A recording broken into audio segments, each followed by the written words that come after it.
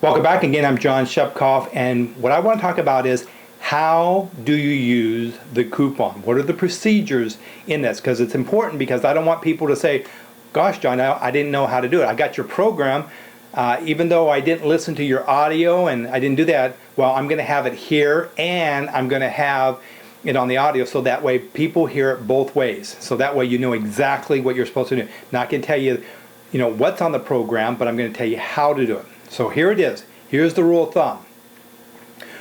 What you're going to do is you're going to make your payment as promised, and you can walk into the bank if you've been doing that.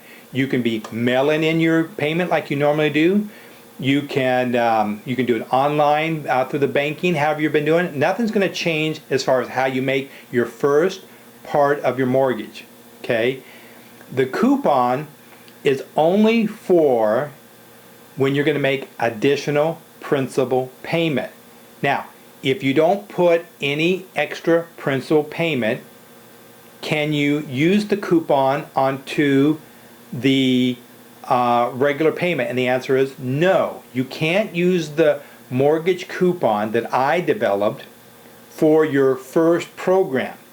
You have to do exactly as promised, because remember, you signed the note and the deed of trust, and we agreed that how we agreed to effective interest rate, we agreed to compounding, so that part you can't change. But the second part, the part that you give additional principal payment, of course you can change that. We can change the way it is. Now let me give you some ideas, because some of you might say to yourself, well, John, I don't have any extra money ever. Well, in that case, if you didn't have any extra money whatsoever, the coupon won't help you. But you say, well, wait a minute, John, I do get my tax returns and I get a pretty good sized chunk. Could I use it on that? And the answer is absolutely. In fact, I encourage you to not only use if you do a monthly, you will use the coupon, but when you get your tax return, you will also use it. So the question sometimes people ask me is this: okay, John, I'm going to get a large sum of money at times. Someone says, I'm going to get $25,000, I'm going to get $50,000, $100,000. Should I divide the payments up, or should I give them one lump sum? And the answer is that if you're making the regular payments, you do this every single month, and you make what's called your principal payment using the coupon that I have, then if you get a large sum, you're gonna put that in with that on it. So let's just use an example.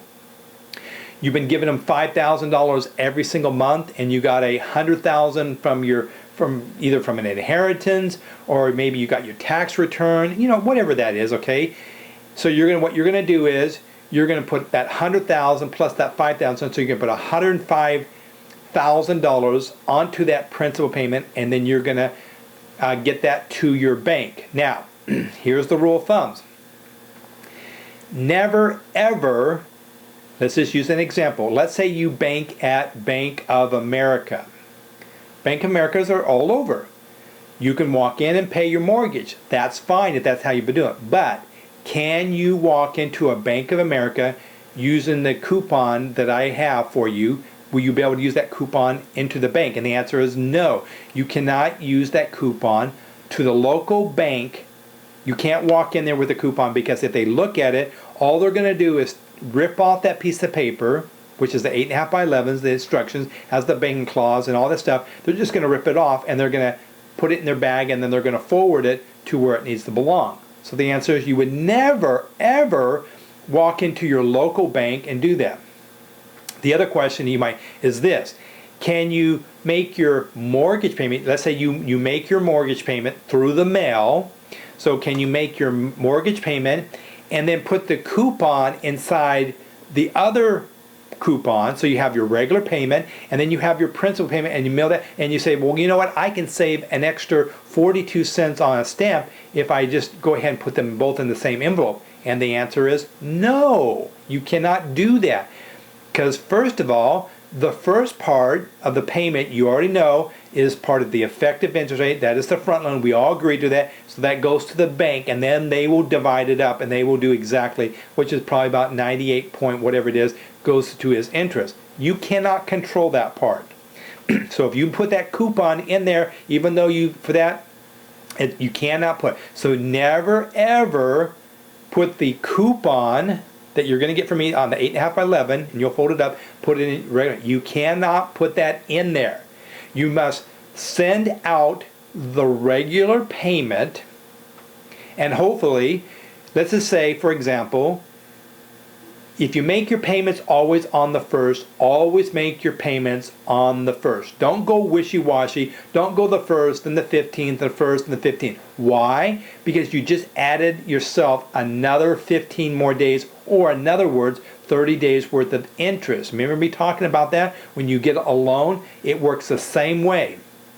So whatever you do, I don't care when you make your payment. You can make your payment on the 15th, you can make your payment on the 1st, but whatever you do, don't change the way you make your payment. If you make your payments always on the 15th, you always make your payments on the 15th. If you always make your payments somewhere around the 1st, you always make your payment. Don't go back and forth, because you're going to add more interest, which is, guess what that means? It's going to go put more money into the hip pocket of the bank. Rule number one. So remember that. Don't ever do that. Second thing is, don't ever put the coupon in with your regular payment. You will make a extra principal payment. This is a separate principal payment, whatever amount, and it's got to be separate. And you want to wait how long? 5 to 7 business days. In other words, you don't count Saturdays, you don't count Sundays, and you don't count holidays. Very important, okay? So mail it separately. And the other thing is this, you can do it a couple ways. If you do online, the best way to get it accurately is you make your payment through the mail. That is the best way on your regular payment, by the way.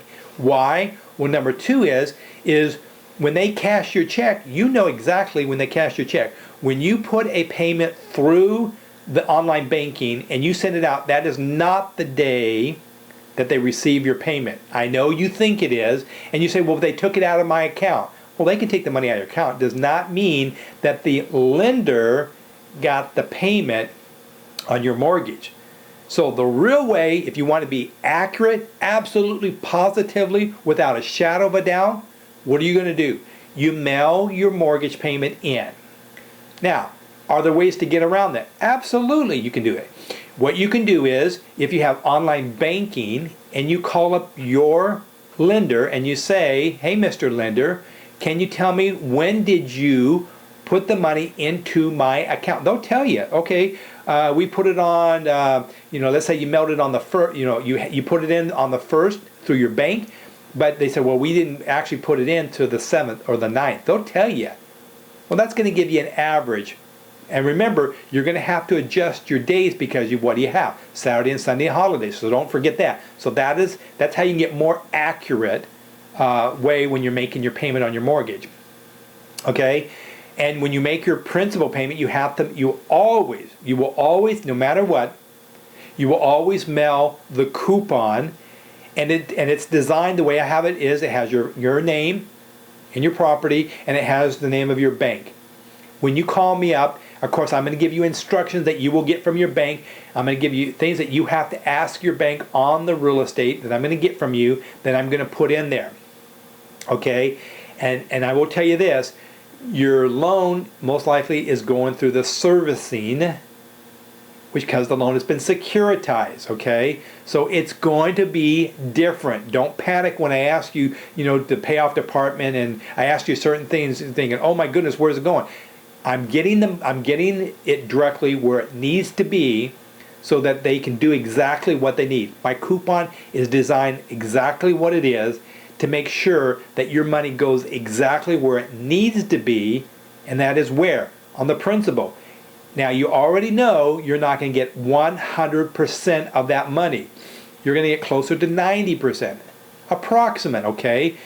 Not even my program is going to give you 100%. And if you're using the bank, you're not getting 100% because you already know what's called effective interest rate, and you also know what's called the the upfront, the compounding that goes on with the loan, because it's the compounding and it's the front loading that goes on where the bank makes their money first.